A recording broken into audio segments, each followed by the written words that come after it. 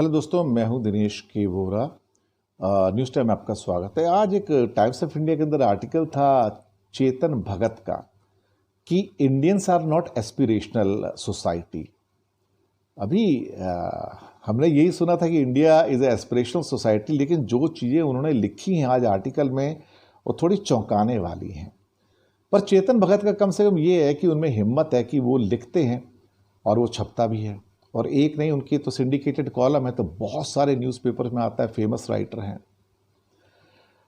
अब उनका कहना ये है कि इंडिया की अगर पर कैपिटा इनकम को देखा जाए तो हम ले दे के टोटल मिला के $5.5 पर डे की सोसाइटी हैं, जो कि upper limit of poverty line है।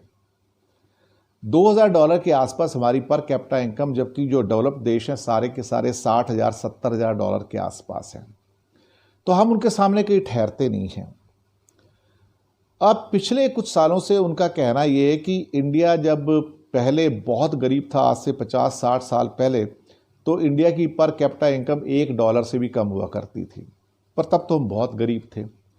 और अब इतने सालों के अंदर हम तरक्की करते करते मुश्किल से $5-5.5 पे पहुँचे हैं। तो ये पॉवर्टी लाइन वाली लाइन है। हो सकता है वो कुछ 14-15 करोड़ लोग निकाल दो 135 करोड़ में से, तो बाकी सब तो गरीब ही 2.5 लाख से नीचे ही आ जाते हैं। और बहुत सारे लोग तो गरीबी की रेखा से नीचे हैं, पॉवर्टी लाइन से नीचे हैं। उनका कहना है कि एक अजीब सी परिस्थिति इंडिया के अंदर वापस से आ गई पिछले 2-3 साल से। शायद वो उनका इशारा मोदी जी के राज की ओर से है कि जहाँ पे अभी नवंबर तक लोगों को 5 किलो अनाज दिया जा रहा है। और उनका कहना है कि अब लोग इस बात पे आ गए हैं जहाँ पे वो 1960 और 70 में हुआ करते थे कि दाल रोटी खाओ प्रभु के गुण गाओ, कि अब कुछ और बचा तो है नहीं, तो दाल रोटी मिल जाए बहुत हो गई। तो अब क्या करना है, कहता है कोई किसी बस कार आ जाती है तो कोई घर की सोच लेता है, अदरवाइज बाकी मुझे कहीं पे कोई किसी में ग्रोथ होते नज़र नहीं आ रही है। ग्रोथ के लिए लोग ट्राई करते नज़र नहीं आ रहे हैं।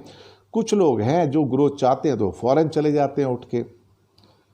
अब उनका तंज जो है, ये जो एक टॉन्ट है, बहुत बड़ा टॉन्ट है देखा जाए तो। हम एस्पिरेशनल लोग नहीं हैं, हम ग्रोथ ओरिएंटेड लोग नहीं हैं। हम जहाँ तक पहुँच जाते हैं वहीं तक ठीक हैं। शायद वो ये कहना चाहते थे बीच में कि हम क्रैब माइंडसेट के लोग हैं। केकड़ा होते हैं ना, एक केकड़ा ऊपर जाता है दूसरे नीचे खींच लेता है, क्रैब माइंडसेट। हम किसी को ऊपर जाते हुए देखना पसंद नहीं करते, उसको टांग पकड़ के नीचे खींच लेते हैं। इसलिए तो हम शायद तरक्की याफ्ता भी नहीं हैं।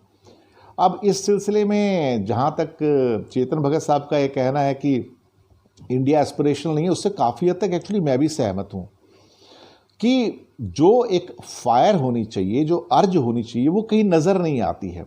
जो लोग उठना चाहते हैं या तो फॉरेन चले जाएंगे या कहीं छोटा मोटा एक सेगमेंट बना के वहाँ पे तरक्की याफ्ता होने की कोशिश करते हैं। लेकिन बाकी जो आम आदमी है वो तो दाल रोटी खाओ प्रभु के गुण गाओ, उसकी कोई एस्पिरेशन नहीं है। 5,000 की नौकरी मिल गई, 8,000 की नौकरी मिल गई।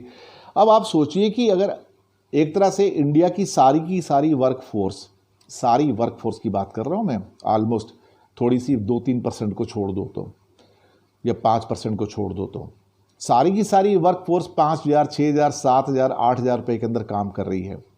एक नया इंडिया पैदा हो रहा है। नया इंडिया का मतलब है कि डिलीवरी बॉयज़, कोई खाना डिलीवर कर रहा है, कोई पिज़्ज़ा डिलीवर कर रहा है, कोई कोरियर डिलीवर कर रहा है, बस ही हो रहा है।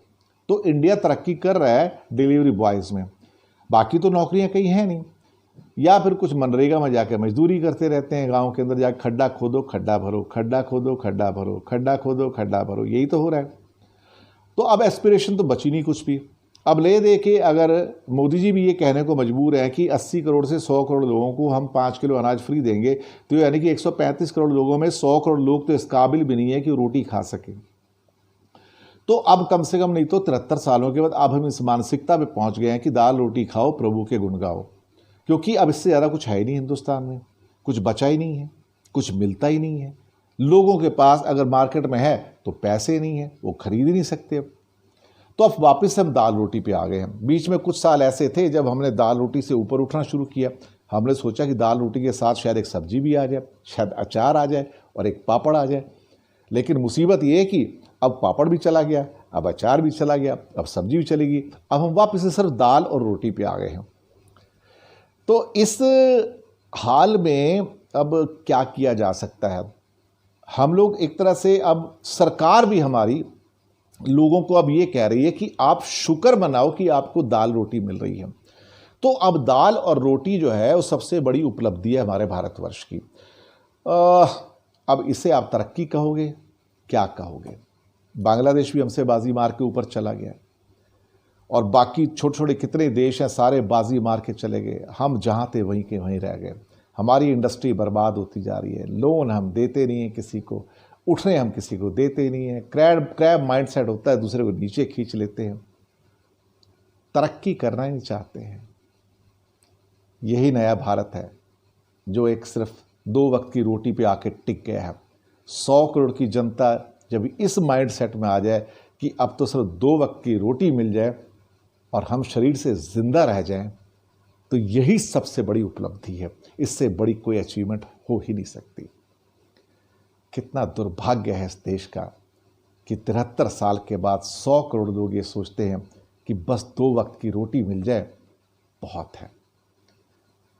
पिक्चरें याद आती हैं पुरानी राज कपूर साहब की आवारा और शेरी 420, जिसके अंदर गरीबी, फटे हाल गरीबी दिखाई जाती थी। पता नहीं, हालात तो वही नज़र आ रहे हैं। ऐसा लगता है कि वापस 50s में चले गए हैं। 100 करोड़ जनता, दाल रोटी खाओ, प्रभु के गुण गाओ। यही चेतन भगत ने आज लिखा है। यही नए हिंदुस्तान की सच्चाई है। बाकी आप जो मर्जी समझ लीजिए। शुक्रिया आपका।